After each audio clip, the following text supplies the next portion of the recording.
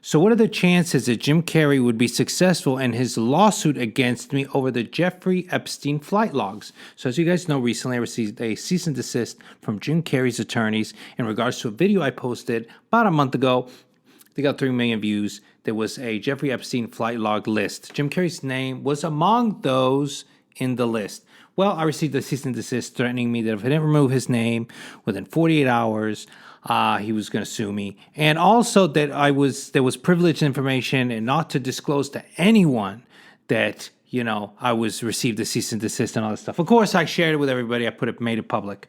So anyway, so if you share the video, you could be a target of this too. So this is why I wanted to talk about it. Realistically, what are the repercussions of sharing that video? How far can Jim take it? Because as you may know, when it comes to defamation of character, there's a different burden. Like the standard of proof is higher for a private person than it is a celebrity.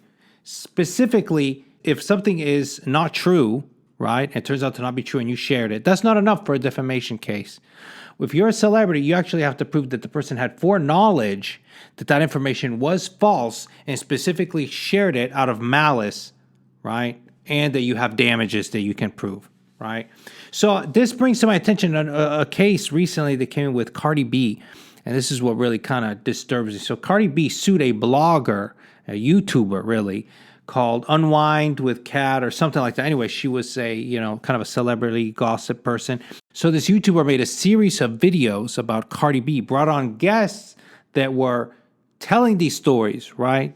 And mainly 3 things: that Cardi B used to be a prostitute, that she did cocaine, and that she cheated on her husband. These were the 3 allegations that were repeated in numerous videos that the lady shared. Now, Cardi B turned around, sued her, and in a superior court in Atlanta, eventually won $1.1 million or so against the blogger. The blogger is now going to appeal. This is very recent. So as I told you, I guess they were able to prove that the blogger was aware that this information was false. But this is what is mind-boggling to me, right? So Cardi B used to be a stripper. She used to rob guys, right? You know the story. She used to rob guys that she brought to the motel. She used to drug them and rob them. This is public knowledge, right? And she used to be a dancer, a stripper, whatever you want to call it. So if someone said, and just think of the music industry as a whole, think about that type of people. What are the chances that she has never done cocaine? Come on, let's be honest here. At LA parties, New York parties, everybody's doing that stuff. Strippers too. So that's the thing. When the prostitution, right? So you're a stripper. What situation are you bringing customers and men to motels? You're bringing them because you made a deal. You're a woman of the night. You're going to the motel to consummate. They're paying you for sex. Let's be real here. This is what it's for. Then instead of having sex with them, you put something in their drink, whatever, you rob them. You just take the money, you don't deliver the goods, right? Is that better than being a prostitute? And if you're doing that, chances are you did the regular way of sleeping with them and then got tired of doing it and said, hey, listen, instead of having to bang these nasty dudes, why don't I just rob them? That works better. And so you start doing it that way. So the idea that someone was able to sue the poor YouTuber for saying these things that are very probable, there's no way that it's not true. It's very, very possible that it's true that Cardi B, while she was a stripper, also sold meow on the side, that she did a little cocaine and probably was a cheater. I mean, that's not really news, right? This is reasonable.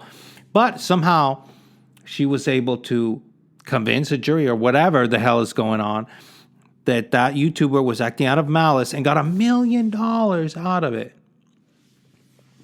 The other side of that, oh my God, there was a bunch of harassment of, fans of Cardi B, really ruined that YouTuber's life. She had to move multiple times. It's just shocking because the law says one thing, but then how it's put into effect is a complete other. So as you can imagine, you should be cautious when sharing stuff like that, because if somebody really wanted to, they could push the issue pretty far, it seems. I don't know. I'm still going on about it. I'm still talking about Jim. I'm still putting it out there. I'm treading a very fine line with this stuff. So kind of to put it in perspective, I received this letter and they said that, Jim Carrey has never met Jeffrey Epstein, right? So he's never met him. That's a bold statement. Never even met him. And so all that stuff is false. You got 48 hours to take it down. And it's caused Jim to lose jobs. It's hurting him financially, right? Because that's their damages that they're already setting up, right? And it said, we have proof that he's never met Jeffrey Epstein. And so as proof, they showed me this, which is a Instagram fact checker saying that the story is false. And they provided one from Facebook too that says, see independent fact checkers from social media saying it's false. I was like, well, that's interesting, because I came across this video from a congressional hearing. May I ask of you, where did you go to medical school? I did not go to medical school. Why do you think you or anyone else at Twitter had the medical expertise to censor a doctor's expert opinion? You guys censored Harvard-educated doctors, Stanford-educated doctors, doctors that are educated in the best places in the world, and you silenced those voices. This person put a chart from the CDC on Twitter. It's the CDC's own data, so it's accurate by your standards, and you all labeled this as misleading. What makes you think you or anyone else at Twitter have the medical expertise to censor actual, accurate CDC data? I'm not familiar with these particular situations. Yeah, I'm sure you're not. But this is what Twitter did. They labeled this as inaccurate. It is the government's own data. It's ridiculous that we're even having to have this conversation today. It's not just about the laptop. This is about medical advice that expert doctors were trying to give Americans because social media companies like Twitter were silencing their voices. Did the U.S. government ever contact you or anyone at Twitter to pressure Twitter to moderate or censor certain tweets? She's not going to answer that question, the last one, but we already know it's true because Elon has released emails and information showing that the government and Twitter had an ongoing relationship in which they suggested censorship. The same thing is going on with Facebook and Instagram. Do you not think so? Do you think, oh, Twitter was the only one? Of course it wasn't. These fact checkers on Facebook and Instagram have again and again been shown to be wrong. And they have a political leaning. Like, believe it or not, this is the truth. Facts, unfortunately, don't have a political party, but fact checkers do. And if you don't think that they protect powerful people, then you're naive, because of course, like, powerful people can send C&Ds. And so social media companies will, fall in line with this sort of thing. And that's what's frustrating, is people are now using fact checkers as some sort of proof that something's true or not true. Anyway, so we've assessed that as proof is not very convincing. So I would still stand by the fact that I am not aware that list is incorrect. And if the only proof that you have to dispute that is a fact checker from social media, you're going to need something more. Especially like the Jeffrey Epstein stuff, so much of these lists and the black books have been redacted. I have been sourcing a lot of material here, and a lot of this stuff has not been released to the public. So there is no way to know one way or the other who it encompasses. It could be anyone. It runs deep.